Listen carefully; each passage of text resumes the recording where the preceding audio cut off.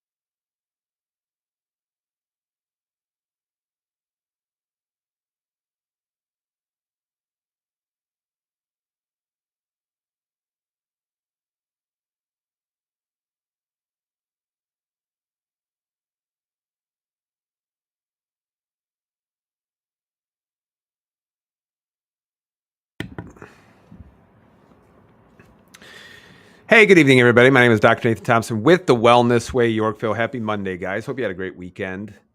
So, welcome to the live broadcast. I'm going to be talking about something that affects everybody, and that is stress. So, the title tonight is Got Stress?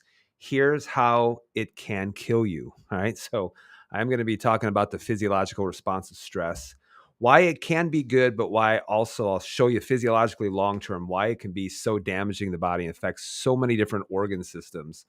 And on this live broadcast, I'll give you some solutions too. So make sure you stick around all the way to the end about some of the things that you can do in order to help with stress. And particularly what I'm going to talk about is mental stress. So make sure you stick around for the live broadcast. And if you are watching, thank you very much for watching. Right now, we're broadcasting on Facebook over at Dr. Nathan Thompson, Facebook at The Wellness Way Yorkville, and then also onto YouTube and also onto the wonderful Rumble platform. And if you are on Rumble, I can't see your comments. So that would be the place where you would want to troll, just as an FYI. Interesting enough, I just did receive a death threat from somebody on social media. So if you go onto Instagram, I posted it to the stories. Please make sure you please report that account for threatening violence. And so that was, in fact, a death threat. So, however, I will tell you this, I am well protected only because I know that I'm in with the will of God. So I'm well protected, number one. And then number two, I'm also protected by a gentleman known as Smith & Wesson. So come on through that door if you want to meet Jesus, and then come a little bit farther into the door if you want to meet him a little bit sooner. So, all right, guys. So let's go over the live broadcast. And again, if you're watching, say hello. Let me also know where you're watching from. About stress, here's how it can kill you.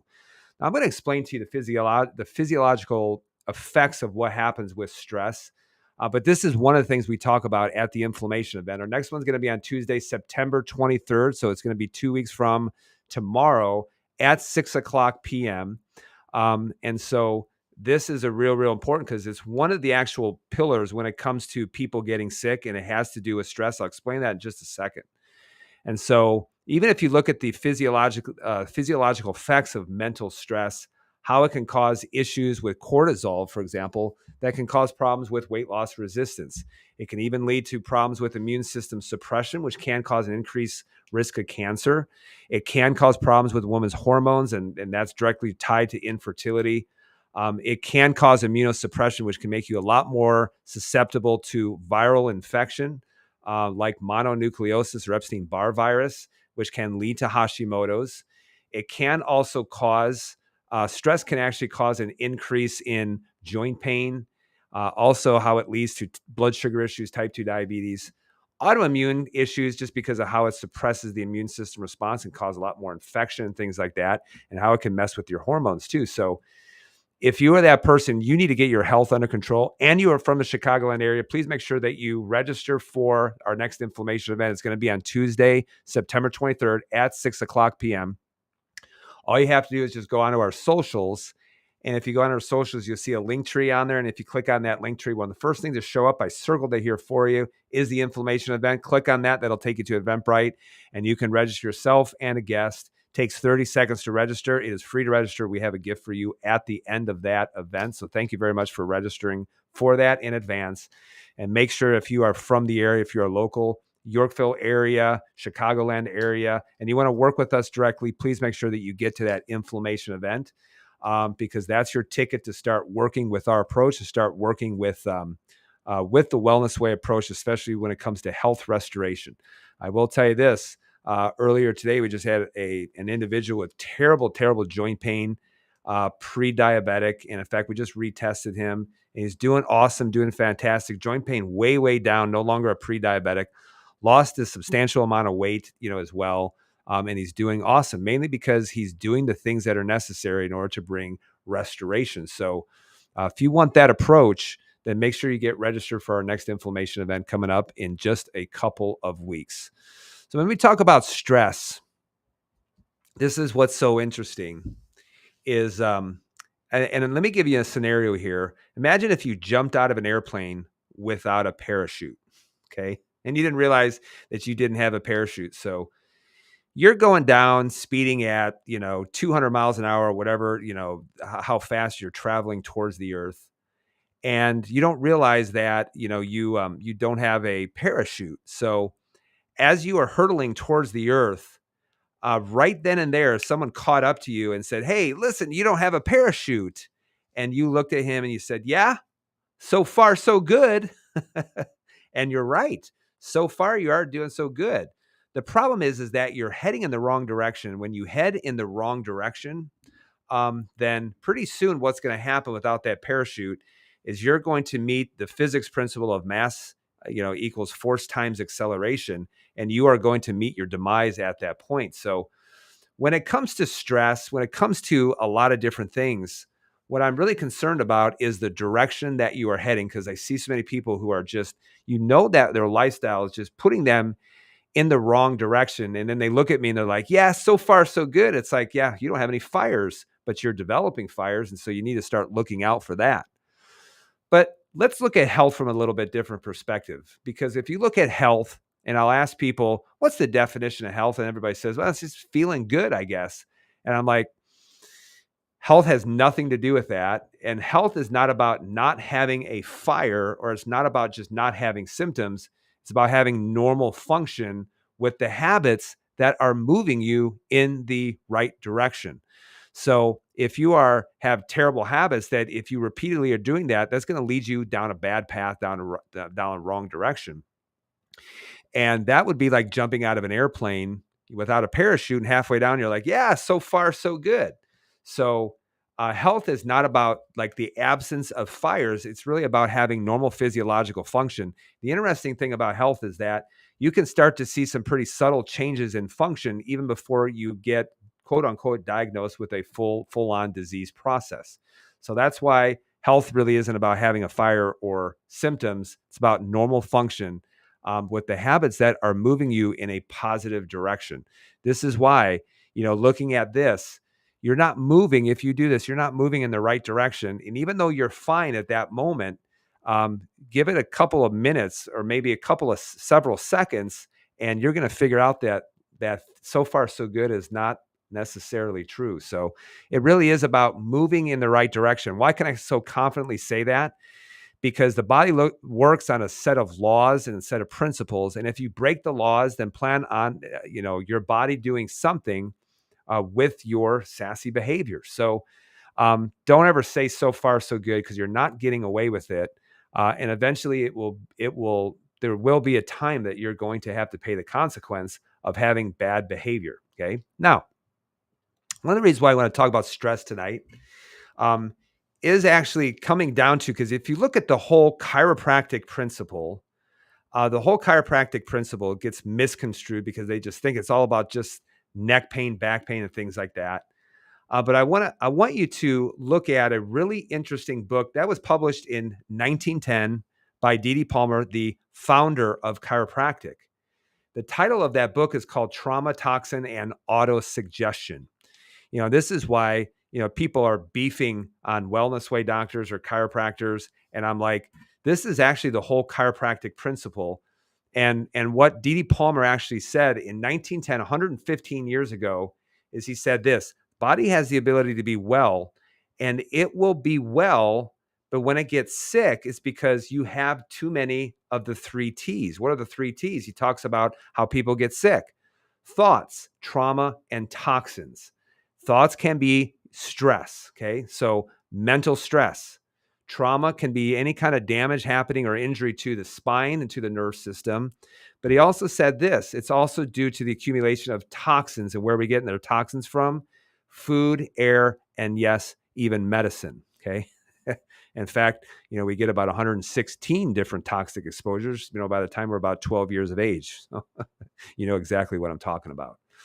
And so he actually said it beautifully, is that, yeah, it's because of the three T's. And this is why within the Wellness Way, we take the same approach. We're saying the reason why the body gets sick is because of stress, because of any kind of damage to the spine and to the nerve system, or an overabundance of toxins. And it becomes so much that the body can't overcome that, to some level. And I know what people are thinking. They're saying, well, this is an old book. This is an old book. It's an old book. And the methods and how we do it in order to help people, they certainly have changed, but the whole philosophy behind it has never changed. And speaking of which, when people say, oh, this is really old, therefore it's not true anymore, remember that truth will always stand the test of time. Truth will always stand the test of time. But you know what hasn't stood the test of time? Lobotomies. And this ad actually came about 15 years after that book was published. But here's what's interesting. Do you know what the premier medicine was for things like anxiety and migraines? You know what the premier medical approach was?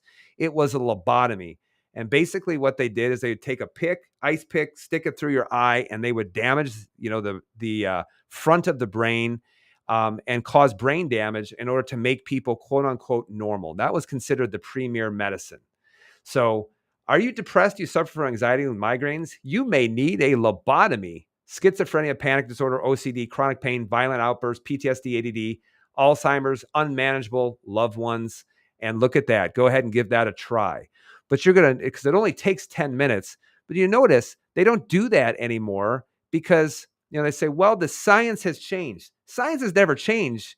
It's the truth has always been there. It's just, you just did a really crappy job trying to discover what was the truth.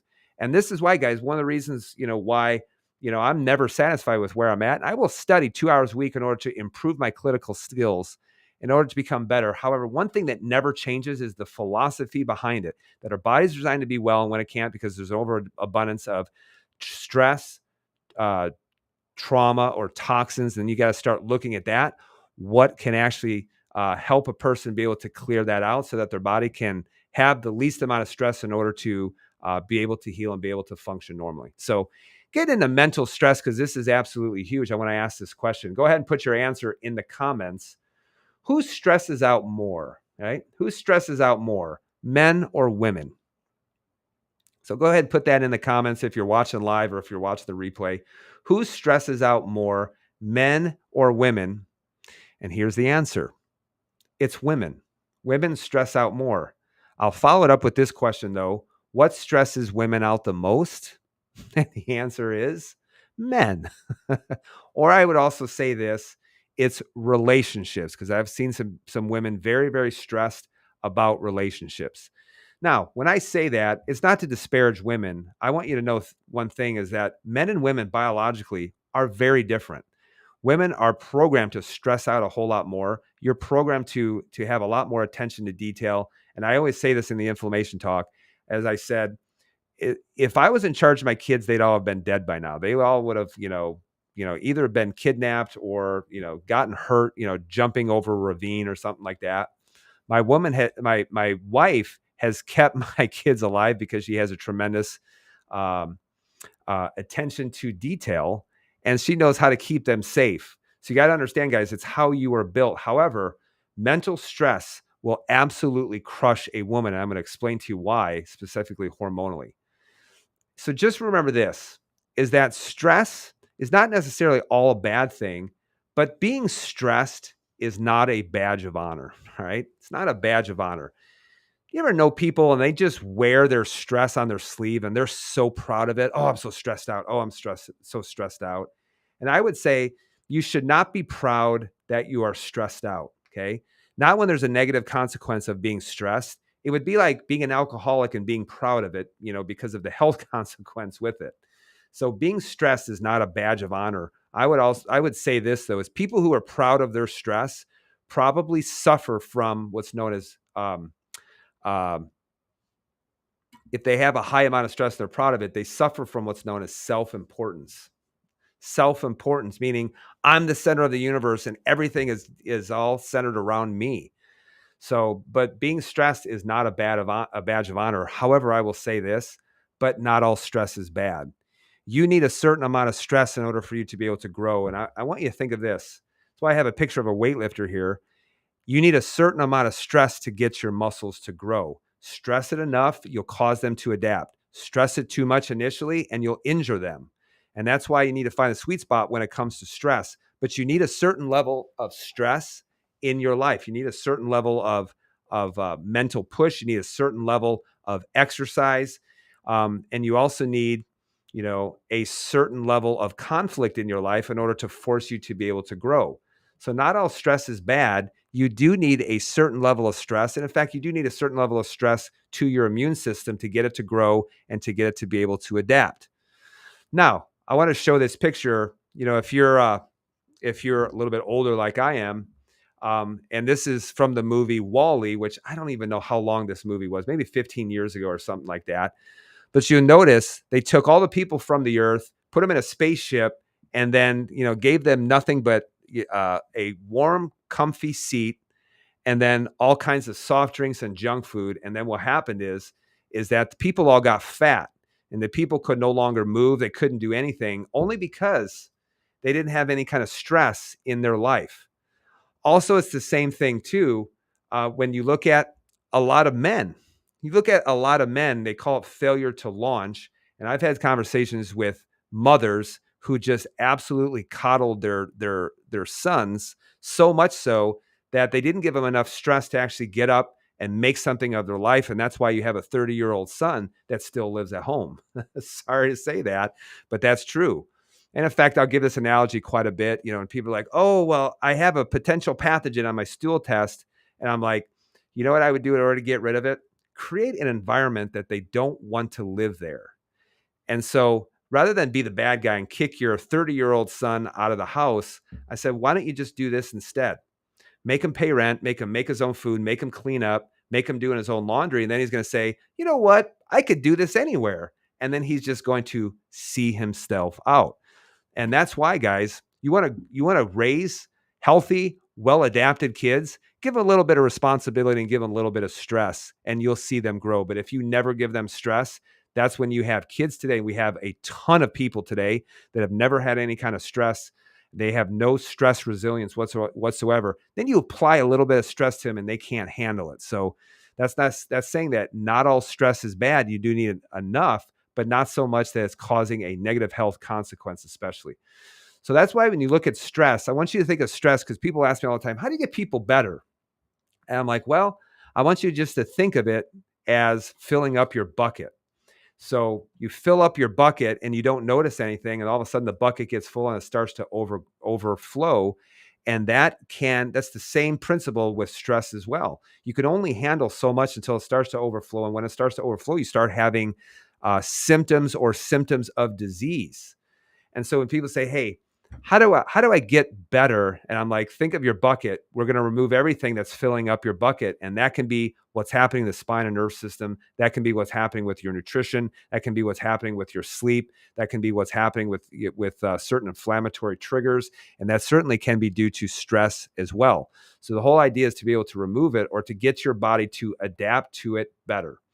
So let's go over the physiological response to stress. I'll briefly go over this just so you understand this is how the body reacts to stress.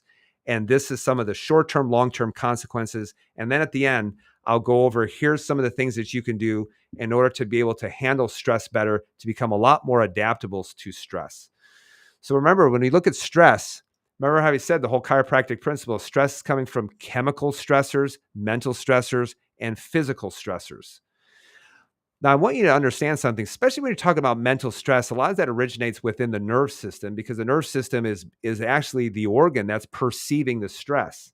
So if you have any kind of mental stressor, for example, well, that's processed in the brain known as the limbic system, which then will send a message to the hypothalamus. So this goes to the pituitary gland, and that pituitary gland will secrete a stimulatory hormone known as adrenal corticotropin hormone, or ACTH. Then on top of that, you also will have a sympathetic nerve system response, or SNS response, that goes down the front of the vertebrae known as the sympathetic chain ganglion that directly connects to the adrenal glands.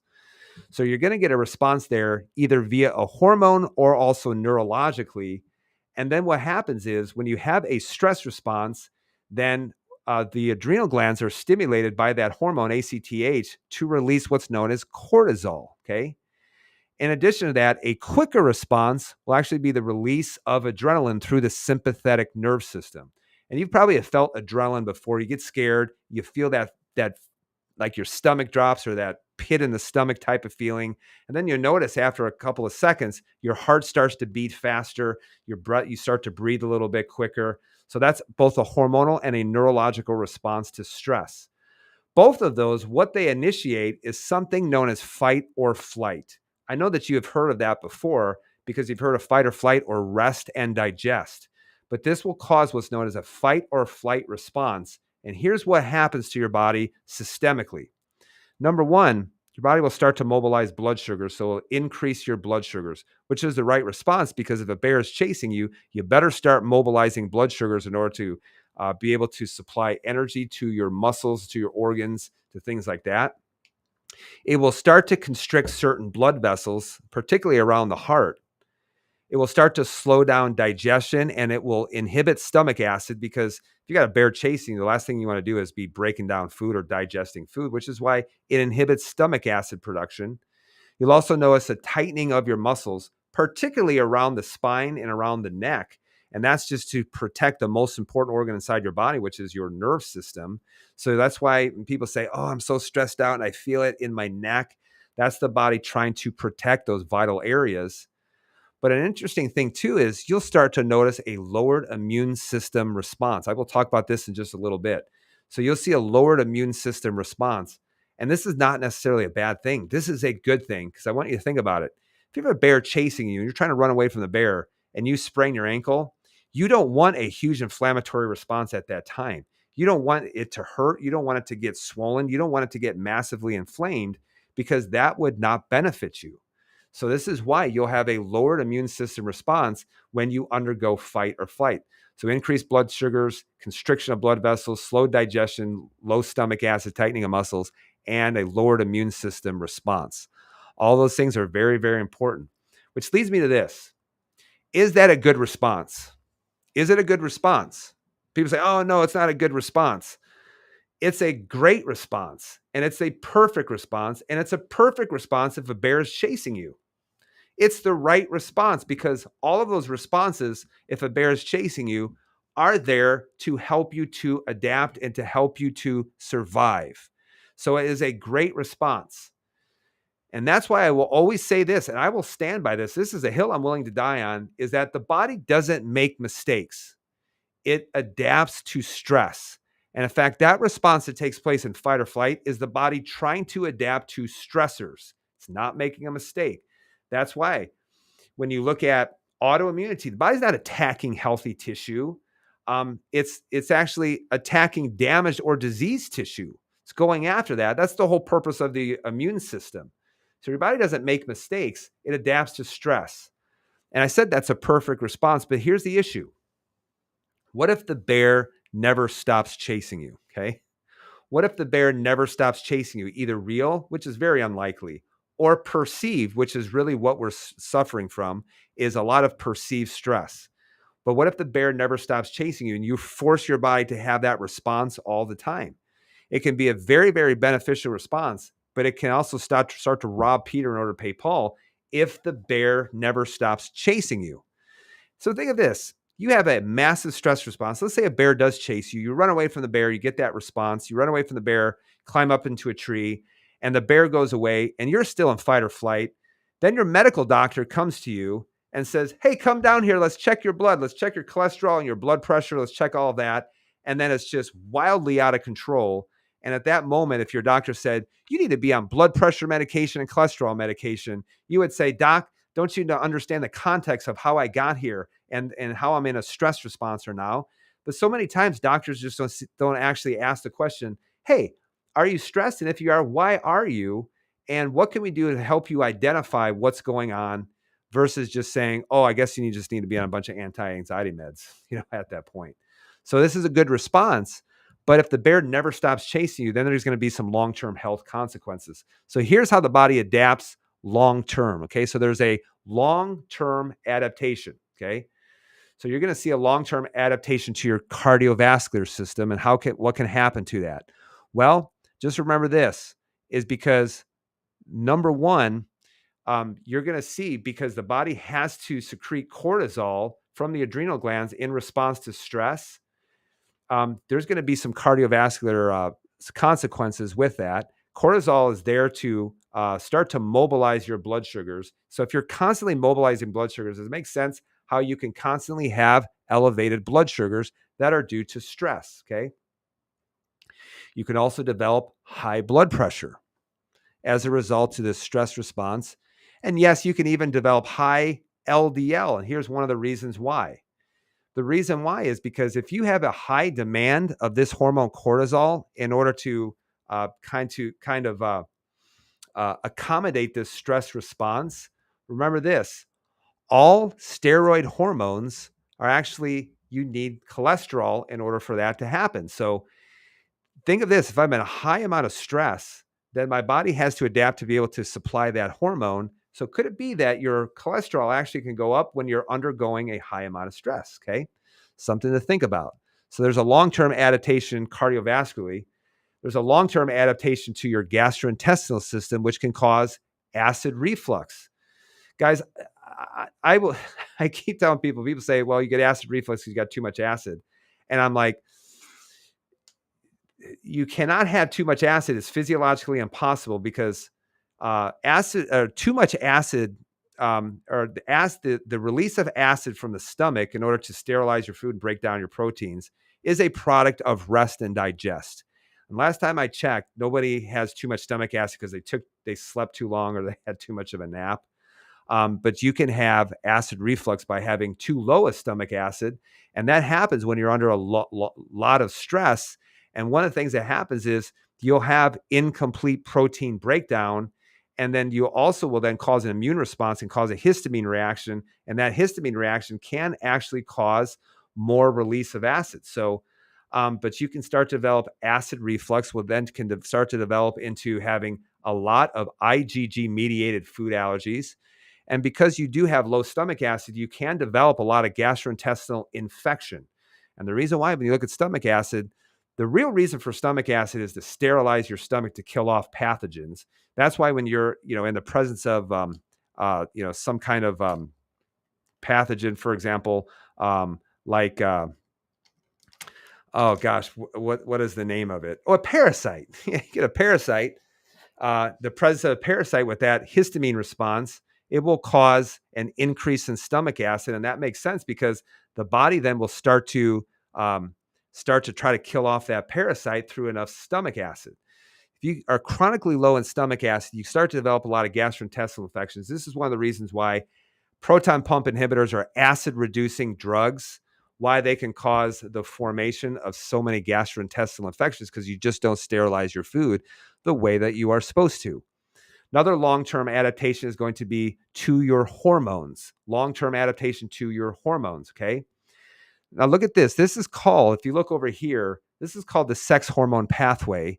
And notice this, that this sex hormone, you've probably heard of progesterone before, but when your body is under a high amount of stress, remember this: the body says, I don't know if this is a real or perceived stressor. A bear is chasing me. Your number one priority is for you to survive. And so if survival is all you're always in, then your body is going to be constantly converting your hormones into cortisol, which is why it can start to rob Peter in order to pay Paul, which is why a woman under a high amount of stress can actually have very, very low progesterone, which can lead to menstrual cycle irregularity. And rather than handle the stress that's going on, they just say, just go on some birth control, go on a progesterone based birth control.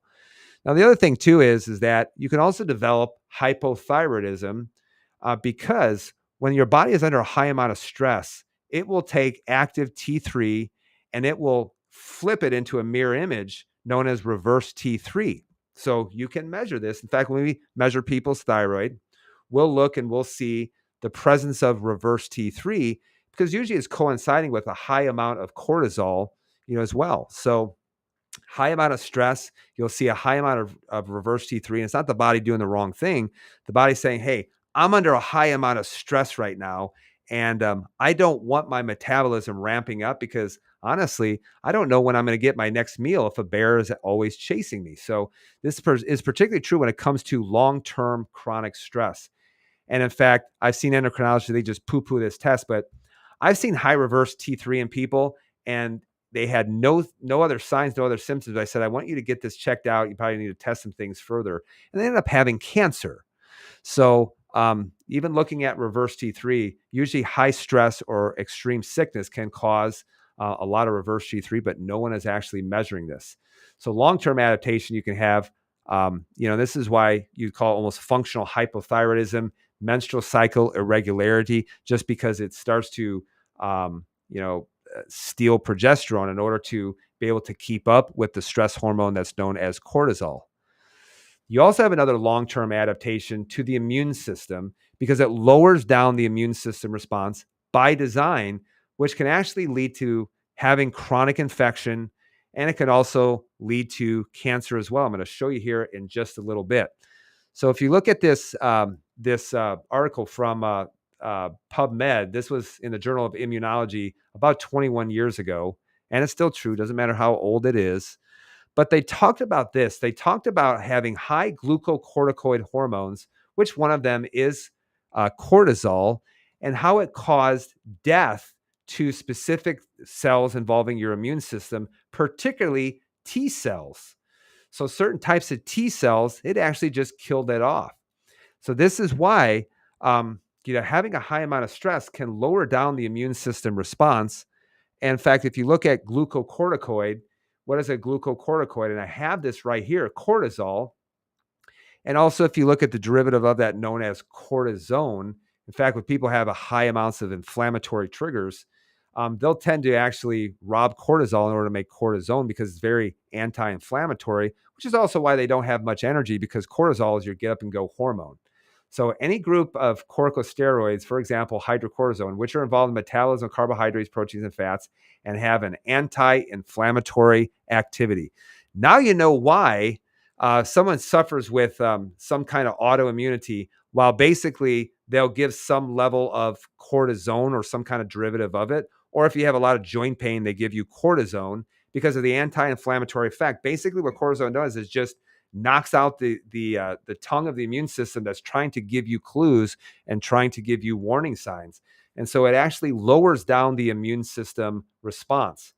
So here's a perfect example if you look at this. And this is, the Wellness Way immune system panel.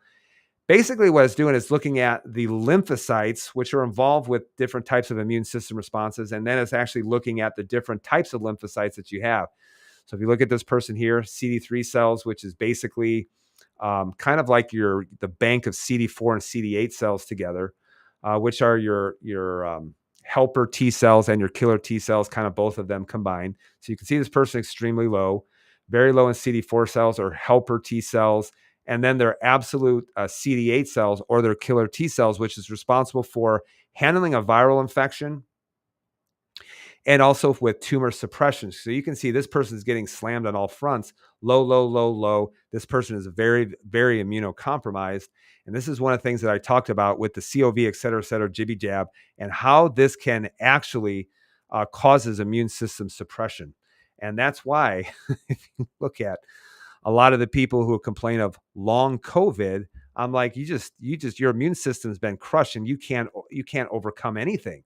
right now. So this is why stress can play a huge role in this, but also the whole idea of toxins, yep, and stress, and then even traumas.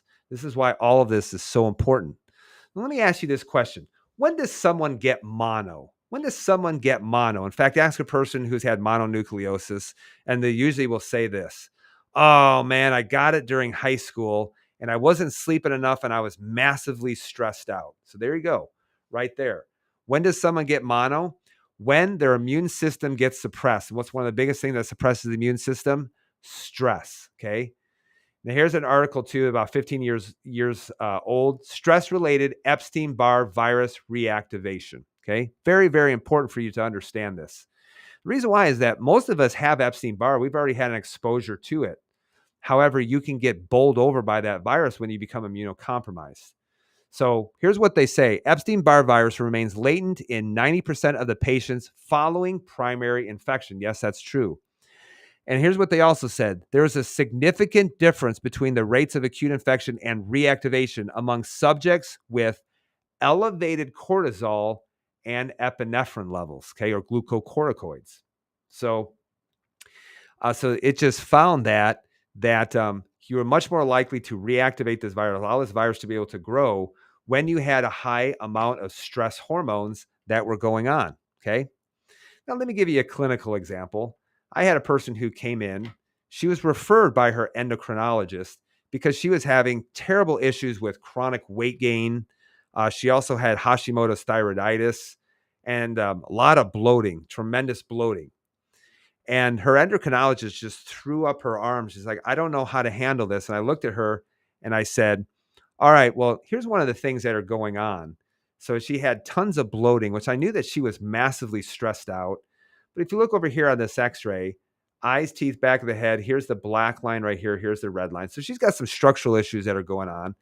But even if you look at the thyroid, you can see that there's a lot of calcification taking place into the thyroid. And calcification means long-term inflammation. Anytime you see any kind of calcification, just say long-term inflammation. But she thought that all of her problems were because the doctor just didn't prescribe the right amount of Synthroid. That wasn't the reason why. So I said, okay, here's what I want you to do. I want you to get a proper thyroid panel. Probably need to do a stool test too. And I want you also to look at your look for any of the presence of Epstein-Barr virus, and look for any kind of antibodies to see if you've had any kind of reactivation or kind of recent exposure or anything like that. But, the thing was she said, if this doesn't work, then I'm going to go on Ozempic. That's what the doctor's plan was. I kid you not. Into someone who already is having thyroid issues, already dealing with massive amount of bloating. The thing is that it would just pretty much just make it worse. So the reality is that's why you need to look at thoughts, trauma, toxins. Thoughts, trauma, toxins. It's the whole idea of chiropractic. That's the whole idea of what it takes in order to get a person well. We have the clinical results in order to back that up. Now, you might be saying this, Doc, I get it, all right? I get it. I know I'm pretty stressed out. What on earth can I do? What am I supposed to do? And here's what I would tell you. Reduce anything or everything that increases your cortisol exposure. So reduce everything that's increasing your cortisol exposure as much as possible. Can it be mental stress? Yes. Can that be a lot of physical stress on the nerve system? Absolutely. Can that be due to a lot of chemical stressors that are going on? Absolutely. Same is true for all of those different things. But this is why testing is going to be so important. So if you look at physical, where can this be coming from?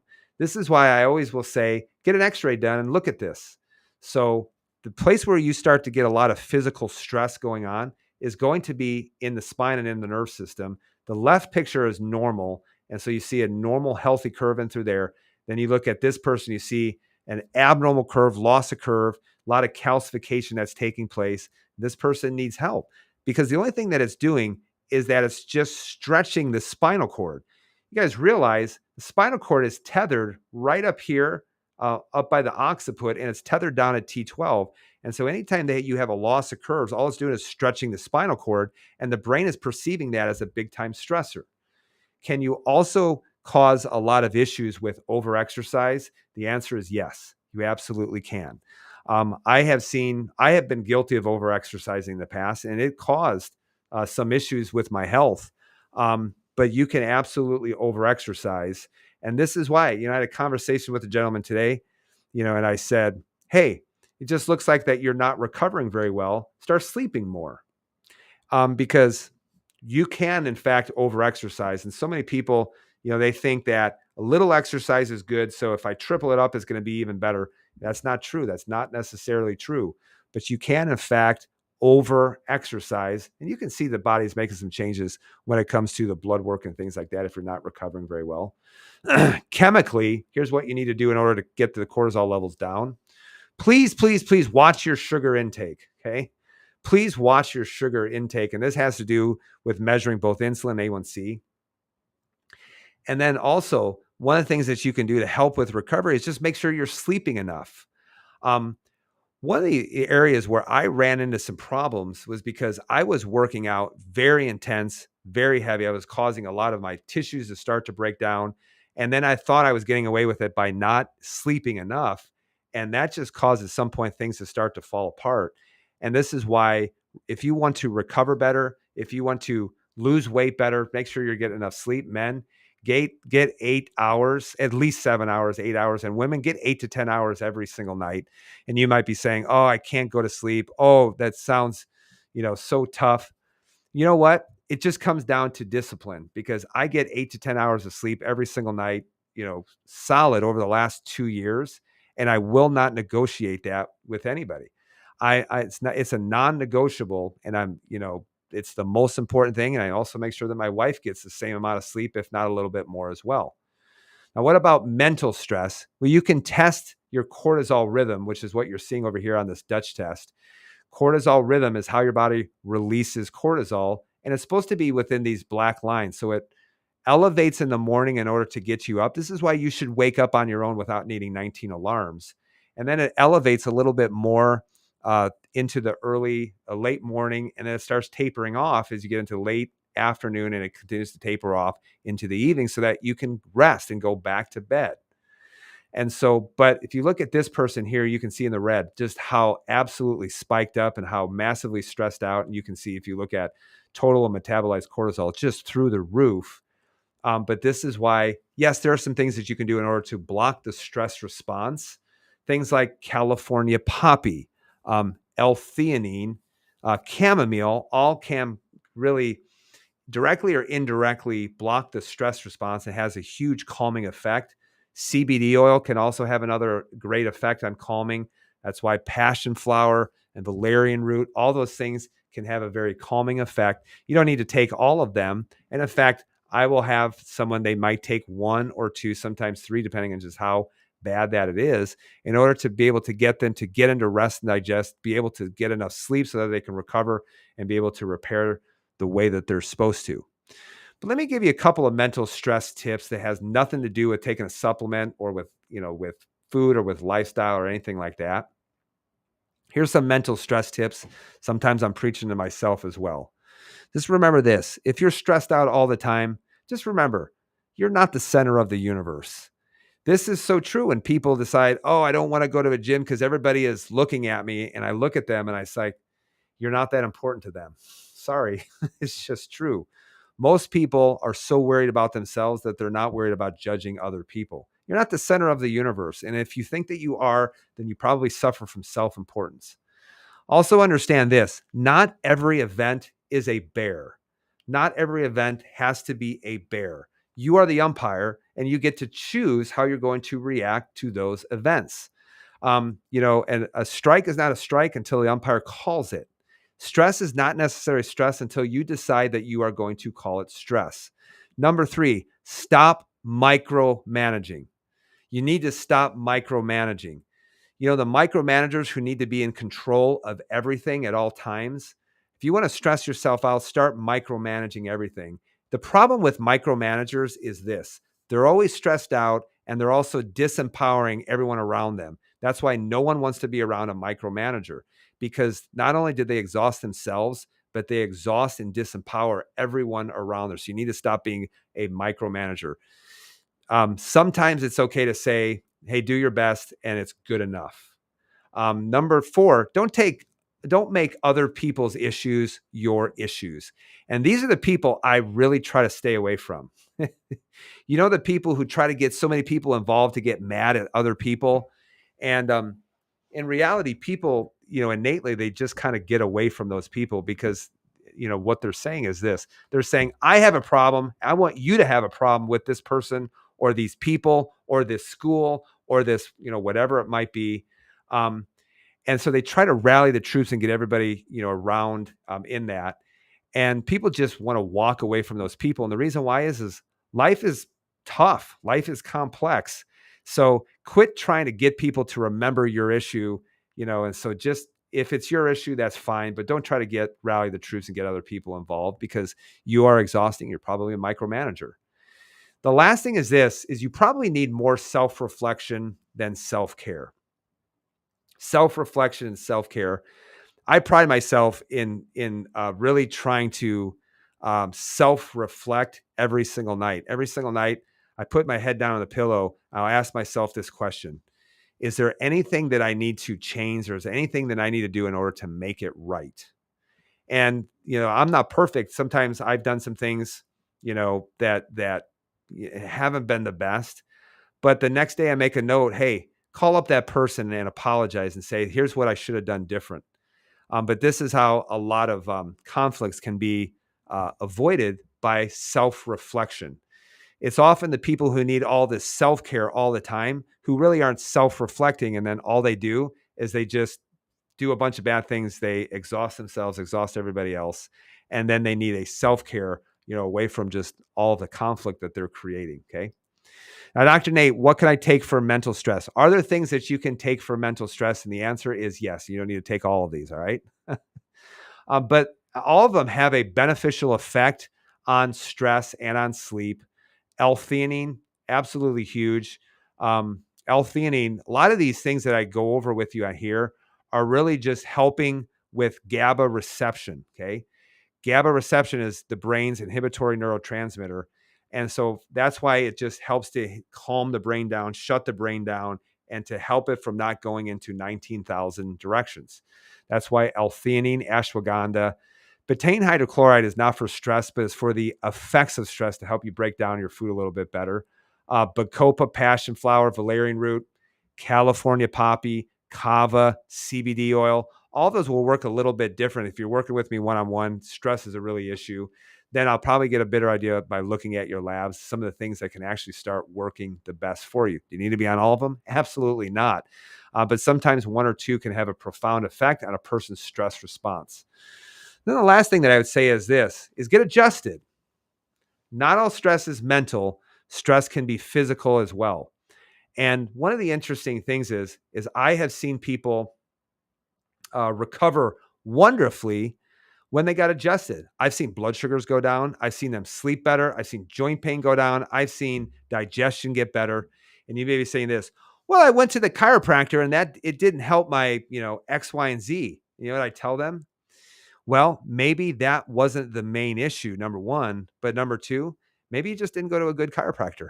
And yes, they do exist. There are bad chiropractors, just like I've seen firsthand very bad medical doctors. I've seen firsthand very bad teachers. I've seen firsthand very bad people. But there's good and bad in every profession. But I work on becoming the best that I can be every single day, not for myself, but for my patients, because I believe that they're worth it. They're worth it for me to become the best doctor possible. But I think getting adjusted has a profound, profound benefit to a person's overall stress levels too. Okay. So if what I said is like, man, that makes a lot of sense. Man, I need some California poppy, which, guys, California poppy, yes, it tastes terrible, but it's basically like having a glass of wine without impairing your motor skills and without having tons of brewer's yeast that can just inflame a lot of people. But that's the whole idea of California poppy. And yes, I will take California poppy pretty much every day. And you know what it helps me to do? Just helps me to dampen down the stress response just a little bit. And so California poppy can be one of the best things to do.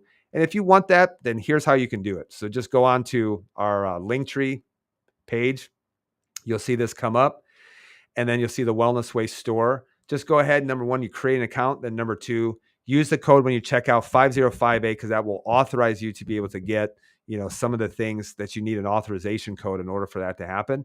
But go ahead and do that. But don't abuse it. All right. I've seen people drink a whole bottle of California Poppy in one day. I'm like, at that point, I look at them. I'm like, I think you're abusing this, quite a bit. So if I have a bottle of California Poppy, it will last me a whole entire month. So this is why if you need a little bit of stress support in order to support the stress response, then go ahead and go down there, get some of those things and start helping you be able to adapt to stress a little bit better. Okay. And here's a final thought. You might need more self-reflection than self-care. And the people that say, oh, I need a self-care day. I need a self-care day. And if you always need to escape your life, then chances are you probably need a little bit more self-reflection to figure out why you constantly need to escape your life in order to be able to have your self-care day. One of my most favorite quotes from Lou Holtz, it's not the load that breaks you down, it's the way that you carry it. It's not the load that breaks you down. It's the way that you carry it. This is why I could have a 5-pound weight and it's not heavy when I carry it over my center of gravity. But if I hold it out in front of me, it becomes very heavy. And it's the same thing when it comes to stress.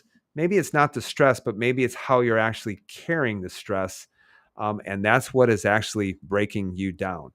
Which leads me to our inflammation event that's coming up Tuesday, September 23rd. This is at 6 o'clock p.m. Chicagoland area. If you are from the Chicagoland area, you want to come to this in-person event and you need help when it comes to your health, whether it's weight loss resistance, whether it's infertility, thyroid issues, low immune system function, joint pain, autoimmunity, hormone issues, type 2 diabetes, please get to the inflammation event because that's your first step in understanding the approach as far as what we need to do and where we need to start. We'll have a gift for your event at the end, but if you want to work with us directly, please make sure that you just go on that Linktree profile, get registered for it. You'll see it pop up first. Click on that, take you 30 seconds to register. A member of my staff will reach out to you to confirm your attendance at that event. We put a lot of work into it. So we know that if you're going to register for it, we expect you to be there. So got stress. Here's how it can kill you. So hopefully you understand the physiology of stress. You understand how it leads to problems with the digestion, with hormones, with the immune system. And if you found this beneficial, please, please, please do me a favor. Make sure that you follow our page, number one. And number two, please make sure you share this video with someone else who I know could be greatly benefited from what I just went over, because you never know how far-reaching something you say or do today will affect the lives of millions tomorrow. So make a difference in other people's lives. Please make sure that you share this video and start working on your stress.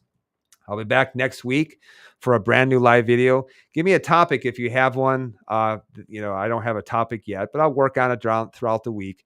So I hope you guys have a great rest of your week. Start handling stress better. Please make sure you handle stress better. Do everything that I asked you to do, within here. And I know that even doing that can have a profound effect to help you start clearing a path for a better and healthier you. So guys, share this video with other people. Be well, be blessed. Remember who you are. I will see you.